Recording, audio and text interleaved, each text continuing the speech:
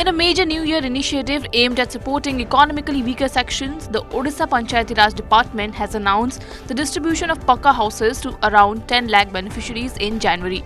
Panchayati Raj Minister Rabi Nayak said the houses will be provided under the Pradhan Mantri Awas Yojana as a New Year gift for poor and homeless families across the state. The minister informed that nearly 37 lakh beneficiaries have applied for housing assistance under the scheme.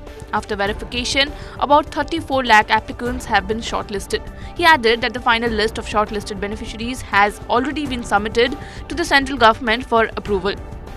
Once clearance is received, financial assistance for construction of Pakka houses will be released in a phased manner.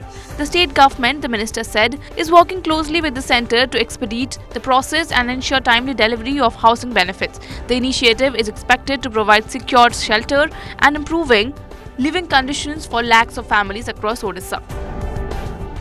January रो आमे phase देबे बली विभाग आमको से प्रकार कथा देई छथि मु भाबुछि जे ए अल्प दिन भितरे ए विषय